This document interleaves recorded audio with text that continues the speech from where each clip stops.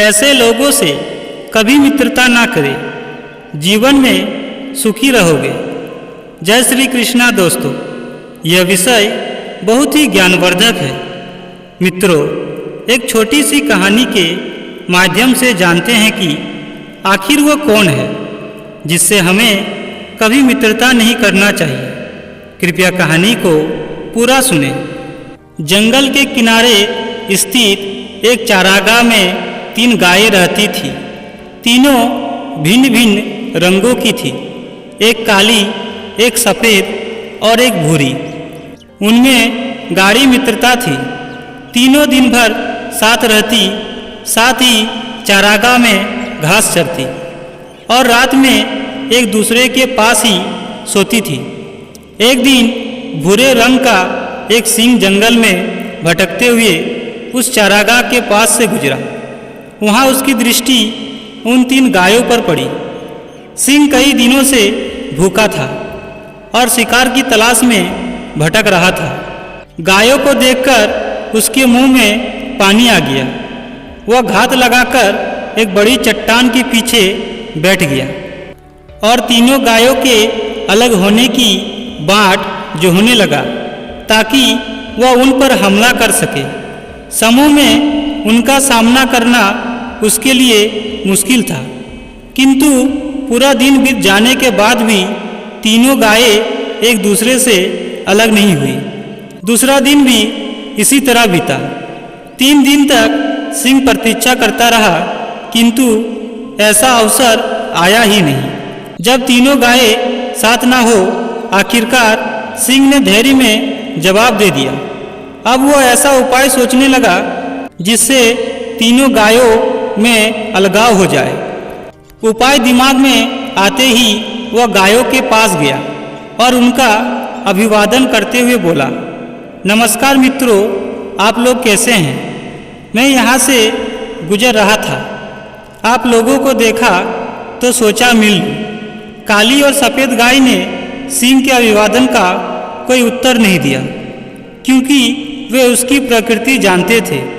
किंतु भूरी गाय ने सिंह का अभिवादन स्वीकार करते हुए प्रसन्नतापूर्वक उत्तर दिया, मित्र, तुमसे मिलकर बहुत खुशी हुई। काली और सफ़ेद गायों को भूरी गाय का सिंह से बात करना अच्छा नहीं लगा। वे जानती थी कि सिंह विश्वासयोग्य नहीं है। सिंह शिकार के लिए ही अन्य जानवरों की खोज में रहता है, न कि मित्रता के लिए। दिन गुजरने लगा। भूरी गाय का सिंह के प्रति सौहार्द बढ़ने लगा। काली और सफ़ेद गायों के समझाने के बावजूद भूरी गाय ने सिंह से मित्रता कायम रखी। एक दिन सिंह भूरी गाय के पास आकर बोला, तुम तो देख रही हो कि हमारे शरीर का रंग गाढ़ा है और सफ़ेद गाय का हल्का हल्का रंग गाढ़े रंग से भिन्न होता है। अच्छा होगा कि मैं सफ़ेद गाय को मारकर खा जाऊँ।